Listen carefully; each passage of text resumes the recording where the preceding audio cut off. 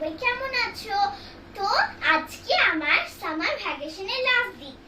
কালকে থেকে আবার আমাদের স্কুলে যেতে হবে।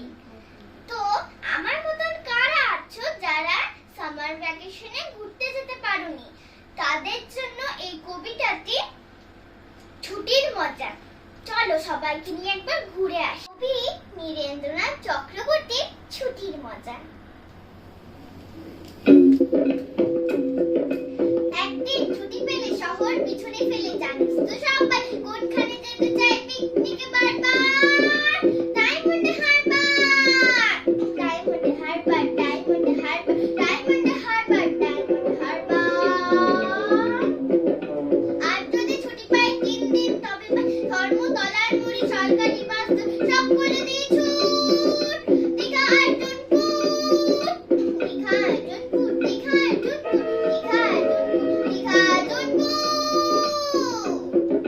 ছুটি পেলে একবার রয়েছে রকেট বাস পথ 12 ঘন্টা, সেইখানে যাই যার কাছেই পাহাড়পুরি জায়গাটা শিলিগুড়ি।